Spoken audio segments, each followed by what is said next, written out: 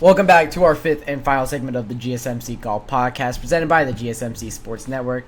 We are talking about my picks and predictions for the John Deere Classic, as it is the tournament that is going on this weekend. So, going over to the betting odds for the John Deere Classic, and this is the most wide open tournament that I've seen in a very long time. It's crazy that Jordan Spieth isn't like the heavy favorite here. The problem in a lot of the fields is Scotty Scheffler, Rory McIlroy, Colin Morikawa, Xander Schauffele. Those guys are so much above, those guys are playing a different level of golf than the rest of the field in the PGA Tour. So when they're not around, we're looking at betting odds like this. Plus 1,600 is the favorite, and it's co-favorites between Sungjae Im and Sepp Straka. Sepp Straka can absolutely go out here and win a day on this course that we saw last season with his 9-under play on Sunday.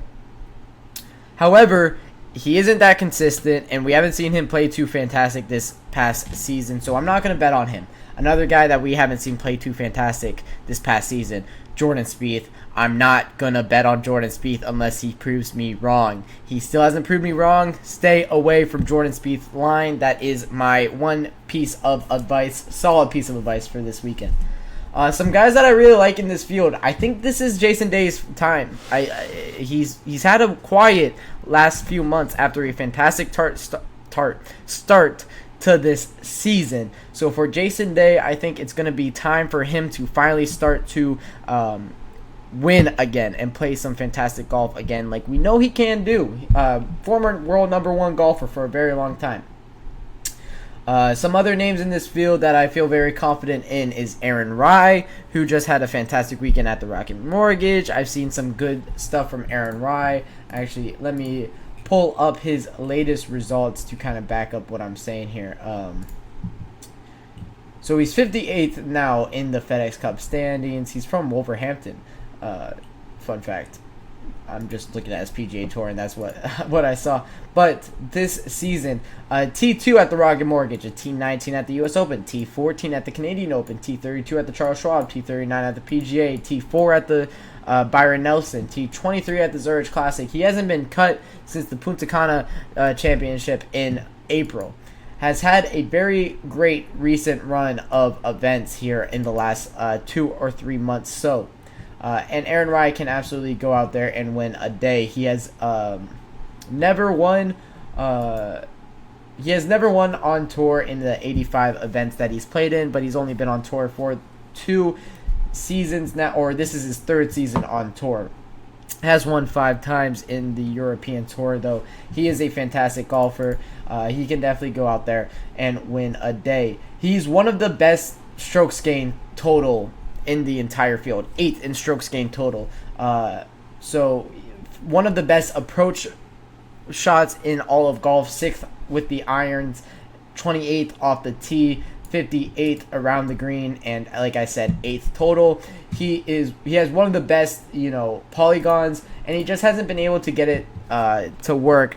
If I were to bet on any of the favorites here, it would be Aaron Rai, and just tossing $10 on Aaron Rai would return you $200 on the DraftKings Sportsbook, and I don't hate that. I think that is a fantastic bet. Other guys I'm looking for, I would find it hard to believe that Jordan Spieth doesn't at least get a top 5. I wouldn't bet on it, but he is plus 500 for a top 5, and it would be so hard for me to imagine him not being in the top 5.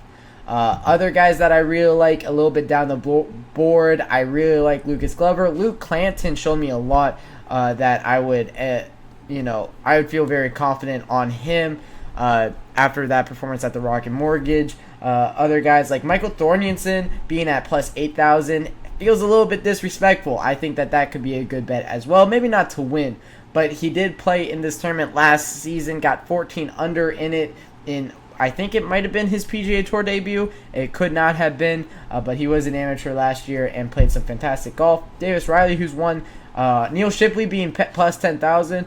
If you could find a Neil Shipley versus Michael Thorntonson matchup, I think that would be very interesting. Those are the 2 biggest names in the guys debuting most recently on tour. So I've been really looking at them. I think it's very interesting to see how they do perform.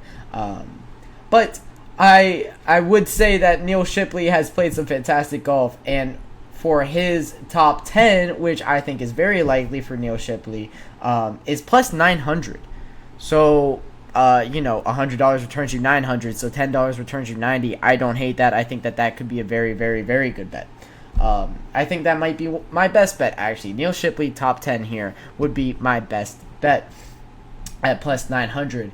My second best bet would be Aaron Rye to win at plus 2,000. I really like that. I think that is very possible.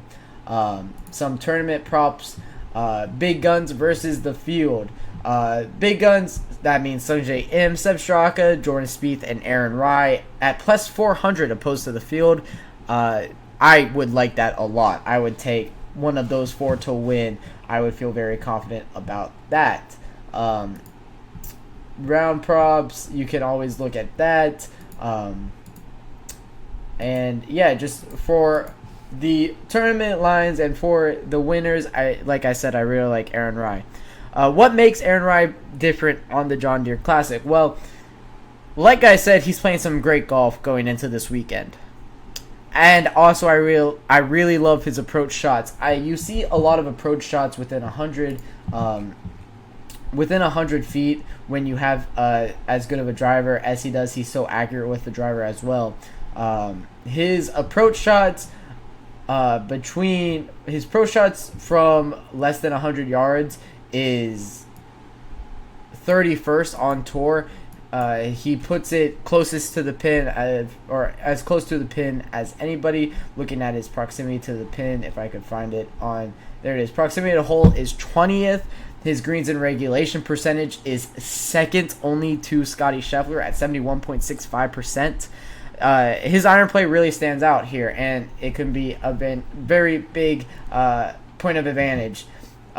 He doesn't end up in the rough off the driver. He's second in right rough tendency and 12th in left rough tendency. That means he hits fairways.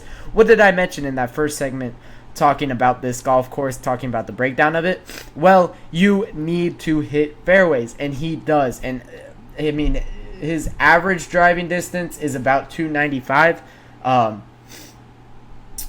It's about 295, and that's, I mean, that will play, right? As we say, that will play. I don't think he'll have a problem whatsoever with that. Going from more of his approaches, he's fantastic with his woods. His approaches from 200 to 225 yards is 22nd on tour, which is very important to note. He is fantastic with his 5-wood and 3-wood, which on the par 5s, these are par 5s that you can really get scores on.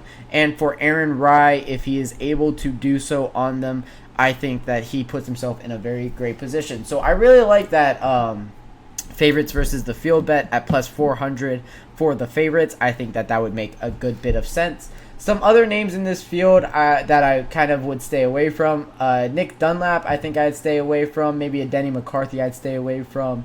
Davis Thompson I would stay away from. I don't think Laney can strike twice with him. But I think it's going to be a very, just overall thoughts on the John Deere Classic. I think it's going to be one of the more fun non-feature / non-majors that we have this year. I'm very much looking forward to it for good reason as well. I'm very excited for just to see the play of Jordan Spieth back at the John Deere Classic, where he won his first ever PGA Tour event. And then alongside, I love watching Neil Shipley and Michael Thorntonson play golf. Both of them are some of my favorite golfers in the world right now. So I'm excited to see how they do play. I'm excited for this tournament overall. Looking forward to the John Deere Classic. So that'll wrap it up for this Thursday edition of the GSMC Golf Podcast, this pre-recorded edition. I appreciate all you guys for understanding. Looking forward to the holiday. Hope you all are having a great 4th of July and 4th of July weekend. And thank you all for tuning in to the GSMC Golf Podcast presented by the GSMC Sports Network. If you guys would like to like and subscribe to the show on YouTube, that would be much appreciated. If you would also rate us on whatever platform you are listening to this on, I would appreciate it as well. If you want to get more content and updates from the GSMC Sports Network, use use tips and donations. Go to TikTok, Twitter, Facebook, Instagram to follow us at the GSMC Sports Network. And one last time, thank you all for tuning in. All of your support means so much to us here at the GSMC Sports Network. And all of you guys have a fantastic and wonderful evening and weekend. Let's go.